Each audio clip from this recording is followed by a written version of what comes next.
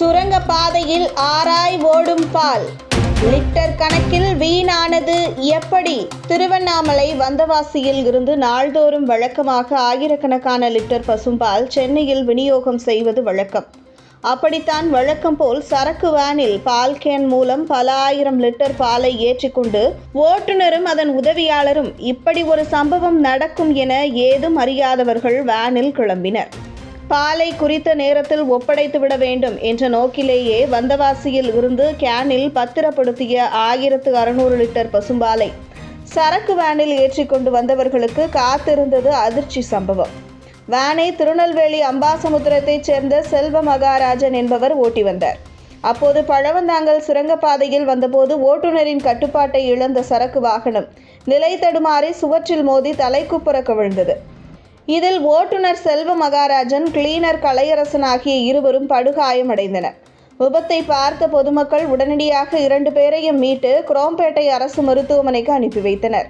சரக்கு வேன் தலைக்குப்புற கவிழ்ந்த விபத்தில் சுரங்கப்பாதையில் போக்குவரத்து ஸ்தம்பித்தது.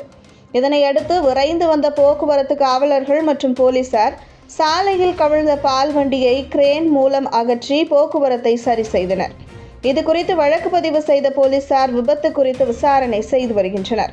விபத்து காரணமாக கேனில் இருந்த பால் அனைத்தும் சாலையில் கொட்டி வீணானது. குறித்த நேரத்தில் பால் வந்துவிடும் என நினைத்தவர்களுக்கு விபத்து குறித்த தகவல் அறிந்ததும் அதிர்ச்சியும் ஏமாற்றமும் அடைந்தனர்.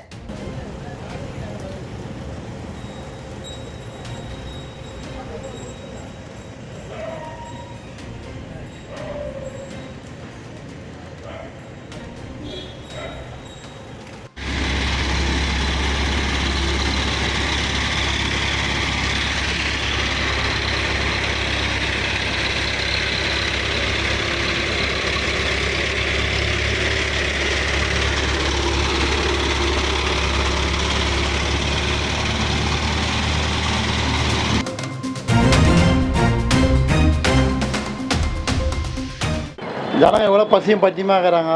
ரோடு சரியில்லைங்க. அங்கே சாலை அடிப்படைனா முதல்ல சாலை வசதி தான். இந்த பக்கம்லாம் போனீங்கன்னா ராமாபுரம், இந்த மேட்டுக்குப்பம், இந்த வலசரவாக்கம், ஐயப்பந்தாங்கல், போரூரில் ரோடு ரொம்ப டேமேஜ். போக முடியல. ஒரு அர்ஜென்ட் ஆபத்து மெயின் ரோட்டில் போனால் ஒரு பக்கம் என்னது மெட்ரோ, எங்கே ஒரு போரூர் சவாரி இப்படி இப்போ கிண்டி ரோடுக்காக போக முடியாது. சரியான டிராஃபிக் இல்லை. இப்போலாம் இந்த ஆர்காட் ரோடு போனாக்கா அங்கேயும் மெட்ரோ. எதனா ஒரு சைடு வேலையை முடிச்சுட்டு ஒரு சைடு ஆரம்பிச்சிருக்கோம். 2 பக்கமாக வேலை செய்கிறானுங்க. அதனால் ஊருக்குள்ளே பூந்து போகிறோம். எஸ்ஆர்எம்முக்கா சுத்தமாக ரோடு சரி கிடையாது. தினம் தான் ரோதனை ஆகுது. அதான் சினிமா துறை எங்கே பார்த்தாலும் தான் இருக்குது. இப்போல்லாம் ஃபிலிம் செட்டி அதெல்லாம் எதுக்கு இப்போ அதெல்லாம் பண்ணி தேவையில்லாமலாம் சினிமா அது சிறுவர்லாம் அதெல்லாம் தப்பு. அதெல்லாம் வைக்கக்கூடாது. அதெல்லாம் ஸ்கூலுக்கு அனுப்பணும், படிக்க வைக்கணும். கல்வி தான் முக்கியம். அதை தான் பார்க்கணும். நிதி இல்லையாம்மா? ஏன் நிதி எல்லா விலைவாசி ஏற்றின்னு தான் போகிறீங்க. சரக்கு பாட்டிலையும் ஏற்றுறீங்க 20 ரூபா. அப்புறம் நிதியெலாம் எங்கே போச்சு? எதில் எல்லாமே தான் ஏற்றுறீங்க. எதை விட்டு வச்சுக்கிறீங்க நீங்கள்? அத்தியாவசியம் போடல அனைத்துமே ஏற்றுறீங்க. சரக்கு எனி டைம் ஒயின் ஷாப்பில் சரக்கு ஓடின்னு தாங்குது. அதெல்லாம் யாரும் கேட்குறீங்களா? சொல்லு. ஒரு கட்டுப்பாடு கிடையாது. எந்த டைம் போனாலும் சரக்கு போடுறானுங்க. 150 ரூபா, 200 ரூபான்னு 50 ரூபா, 100 ரூபா எக்ஸ்ட்ரா வச்சு விற்கிறானுங்க. ஒரு குவார்ட்ரு 100 ரூபா வச்சு விற்கிறானுங்க.